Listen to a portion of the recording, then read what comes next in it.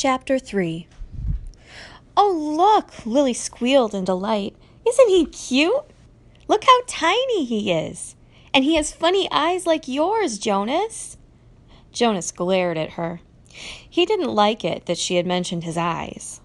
He waited for his father to chastise Lily, but father was busy unstrapping the carrying basket from the back of his bicycle. Jonas walked over to look. It was the first thing Jonas noticed as he looked at the new child peering up curiously from the basket: the pale eyes. Almost every citizen in the community had dark eyes. His parents did, and Lily did, and so did all of his group members and friends. But there were a few exceptions: Jonas himself and a female 5 who he had noticed had the different, lighter eyes. No one mentioned such things. It was not a rule, but was considered rude to call attention to things that were unsettling or different about individuals. Lily, he decided, would have to learn that soon, or she would be called in for chastisement because of her insensitive chatter. Father put his bike into its port. Then he picked up the basket and carried it into the house. Lily followed behind, but she glanced back over her shoulder at Jonas and teased, "Maybe he had the same birth mother as you." Jonas shrugged. He followed them inside, but he had been startled by the new child's eyes. Mirrors were rare in the community. They weren't forbidden, but there was no real need of them, and Jonas had simply never bothered to look at himself very often, even when he found himself in a location where a mirror existed. Now, seeing the new child and its expression, he was reminded that the light eyes were not only a rarity, but gave the one who had them a certain look. What was it? Depth, he decided, as if one were looking into the clear water of the river down to the bottom where things might lurk which hadn't been discovered yet. He felt self-conscious, realizing that he, too, had that look. He went to his desk, pretending not to be interested in the new child. On the other side of the room, Mother and Lily were bending over to watch as Father unwrapped its blanket. "What's his comfort object called?" Lily asked, picking up the stuffed creature which had been placed beside the new child in his basket. Father glanced at it. "Hippo," he said. Lily giggled at the strange word. "Hippo," she repeated, and put the comfort object down again. She peered at the unwrapped new child, who waved his arms. "I think new children are so cute," Lily sighed. "I hope I get assigned to be a birth mother." "Lily," Mother spoke very sharply, "don't say that. There's very little honor in that assignment." "But I was talking to Natasha. You know, the 10 who lives around the corner? She does some of her volunteer hours at the birthing center, and she told me that the birth mothers get wonderful food and they have very gentle exercise periods, and most of the time they just play games and amuse themselves while they're waiting. I think I'd like that," Lily said petulantly. 3 years, Mother told her firmly. 3 births, and that's all. After that, they are laborers for the rest of their adult lives until the day they enter the house of the old. Is that what you want, Lily? 3 lazy years and then hard physical labor until you are old? "Well, no, I guess not," Lily acknowledged reluctantly.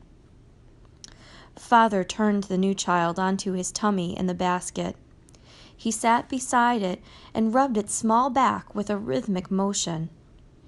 "Anyway, Lily Billy," he said affectionately, "the birth mothers never even get to see new children.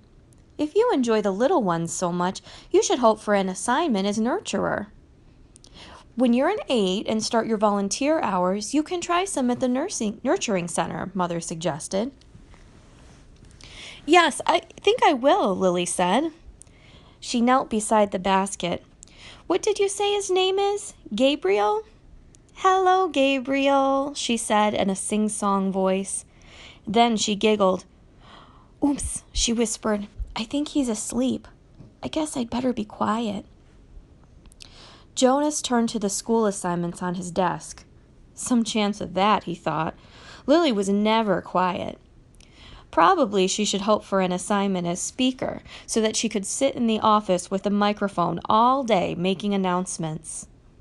He laughed silently to himself, picturing his sister droning on in the self-important voice that all the speakers seemed to develop, saying things like, "Attention! This is a reminder to females under 9 that hair ribbons are to be tied neatly at all times." He turned toward Lily and noticed, to his satisfaction, that her ribbons were, as usual, undone and dangling. There would be an announcement like that quite soon, he felt certain, and it would be directed mainly at Lily, though her name, of course, would not be mentioned. Everyone would know. Everyone had known, he remembered with humiliation, that the announcement, "Attention! This is a reminder to male 11s that objects are not to be removed from the recreation area and that snacks are to be eaten, not hoarded," had been specifically directed at him that day last month that he had taken an apple home. No one had mentioned it, not even his parents, because the public announcement had been sufficient to produce the appropriate remorse. He had, of course, disposed of the apple and made his apology to the recreation director the next morning before school. Jonas thought again about that incident. He was still bewildered by it.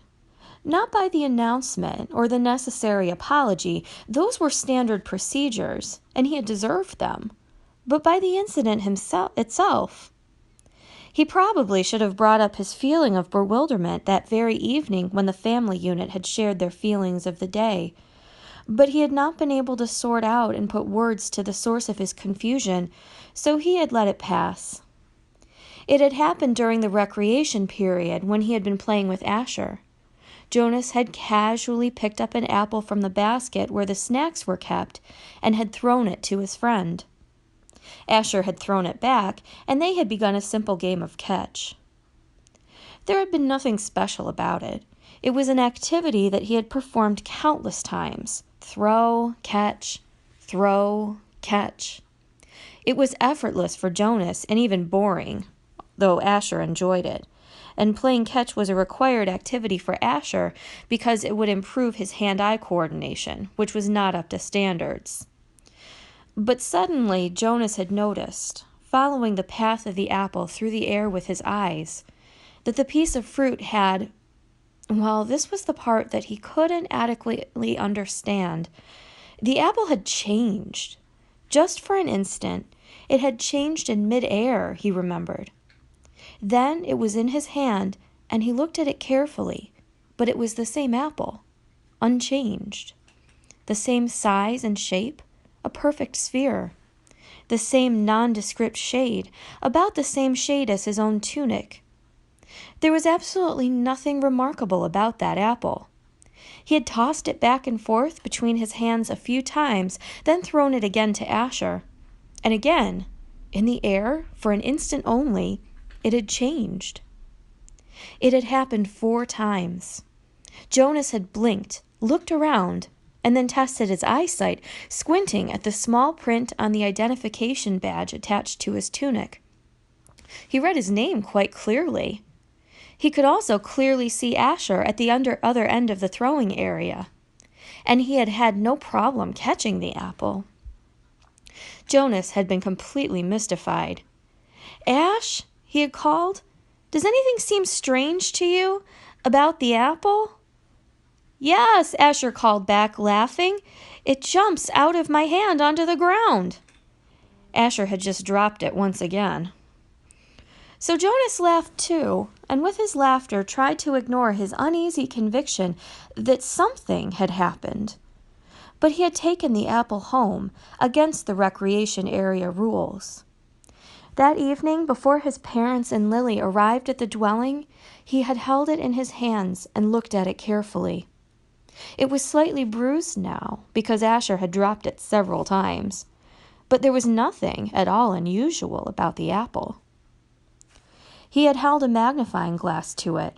He had tossed it several times across the room, watching, and then rolled it around and around on his desktop, waiting for the thing to happen again. But it hadn't. The only thing that happened was the announcement later that evening over the speaker, the announcement that had singled him out without using his name, that had caused both of his parents to glance meaningfully at his desk where the apple still lay. Now, sitting at his desk, staring at his schoolwork as his family hovered over the new child in its basket, he shook his head, trying to forget the odd incident. He forced himself to arrange his papers and try to study a little before the evening meal. The new child Gabriel stirred and whimpered, and Father spoke softly to Lily, explaining the feeding procedure as he opened the container that held the formula and equipment. The evening proceeded as all evenings did in the family unit, in the dwelling, in the community. Quiet, reflective, a time for renewal and preparation for the day to come. It was different only in the addition to it of the new child with his pale, solemn, knowing eyes.